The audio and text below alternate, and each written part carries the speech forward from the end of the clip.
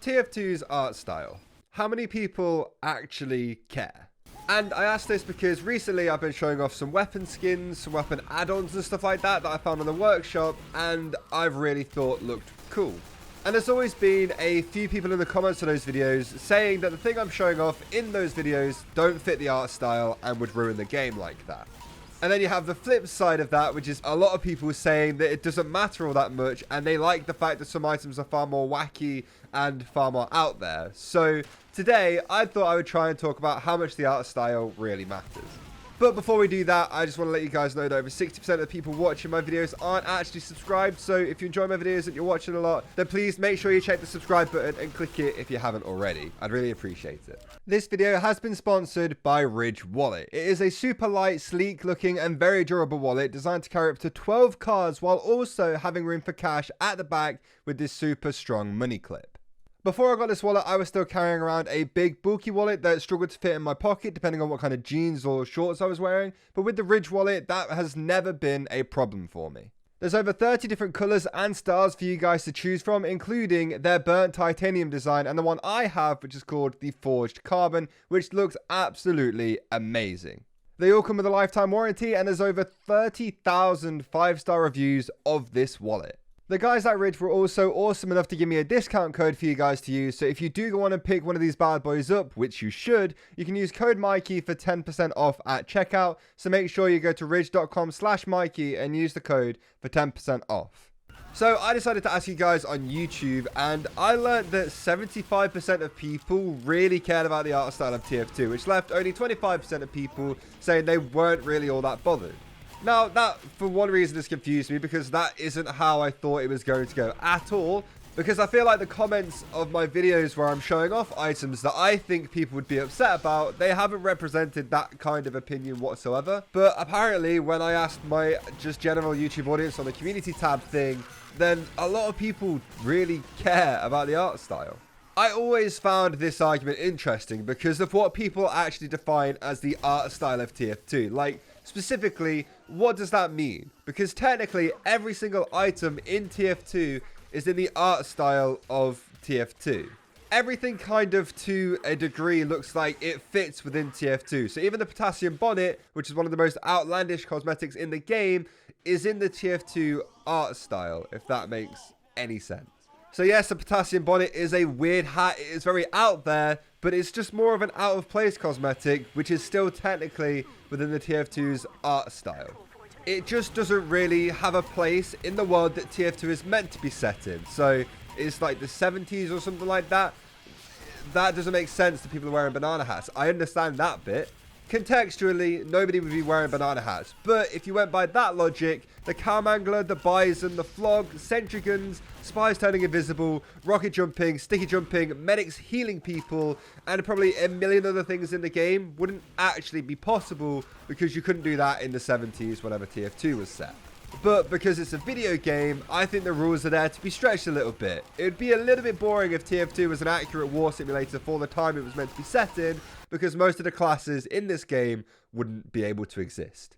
I see a lot of people saying that war paints are also something to break the art style quite a lot, and I never really know, honestly, how to tackle this one. I definitely think I'm on the side of not really caring too much about the art style if I think something looks nice. And I think a lot of the war paints that I actually use or end up using do look quite nice. And if I find ones I don't think are very good, I just don't use them.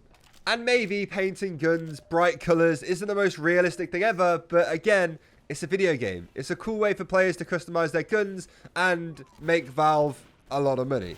But I don't think war paints existing has ruined TF2's art style. I saw some people bring up weapon readability, which I think is a good point, but a lot of the time, I don't have too much trouble figuring out what weapon they're holding just because it's painted differently. But then again, I've been playing this game for nearly 10 years. I would worry if I struggled to think about what item they were holding. So yeah, for new players, I guess war paints could be very confusing. Now, obviously, you can feel free to disagree with anything I'm saying in this video. It's completely opinion-based. It's absolutely fine. I'm not going to tell you whether you're right or wrong because, like I said, it's just how you think and what your opinion on this whole situation is. I just quite like these kind of conversations and figuring out what other people are thinking. I think sometimes the art style gets thrown around a little bit, and this argument can maybe be boiled down to the fact that some cosmetics look insane sitting next to another one. Or maybe contextually, in the world that TF2 is meant to be set in, certain cosmetics and certain elements of the game don't make sense. So yeah, you do have some very grounded war-based hats or whatever for a lot of the classes that would make sense for people to be wearing when TF2 was set. But then you do have cosmetics like the potassium bonnet, which do look out of place next to some of the other cosmetics. And if this was real world in the time it was meant to be set in, that wouldn't make any sense at all. But is it then okay because it's a video game with rocket jumping and all of these other ridiculous things? I think so.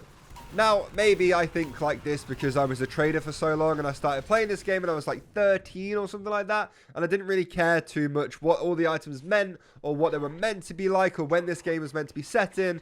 I just wanted the cool flashy hat. I get that people will have a different opinion on this, but I think TF2 has always been silly, it's always been goofy, and it's always been a little bit weird, and it would be super boring if every single cosmetic that ever gets added to the game was one that was contextually correct and looked like it was designed for that time. I would be bored of that. I don't think that kind of style really interests me that much, which is why I quite like that Valve pushed away from that and added stuff like war paints and added some cosmetics that do seem really weird when put next to the stuff that was added all those years ago.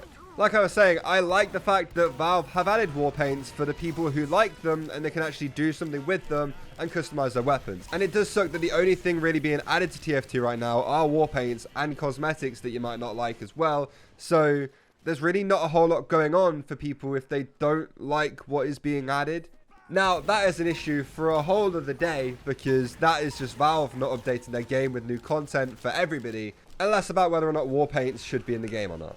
Now, don't get me wrong, I also do think that some of the cosmetics that have been added recently have either been a little bit weak or a little bit too weird. So I'm not sitting here saying there shouldn't be a line, but I don't think there's something to be super mad over. Like, the binoculars item was probably the most ridiculous we've seen in a long time, and the corpse carrier as well should have been Halloween restricted from the start.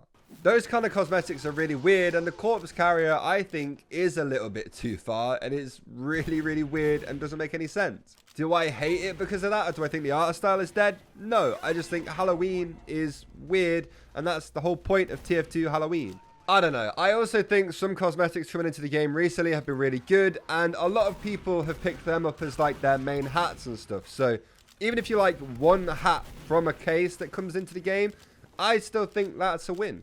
I like to think of it in the fact that TF2 is a video game. It is not meant to be the most accurate simulator to the time it was set in, especially because from the start, Valve have had all of these things in the video game already that wouldn't have existed in the time it was already set in.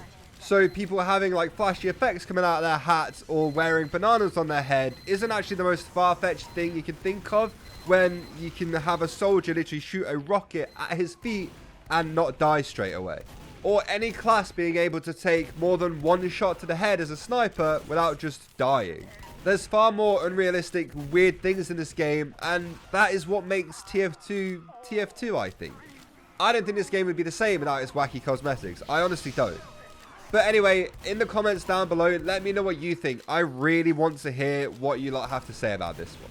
But I think that's going to do it for the video. I hope you all enjoyed it. If you did, please make sure you leave this video a like and also subscribe to the channel if you're new. It would mean a lot. Thank you all so much for watching, and I'll see you all next time. Goodbye.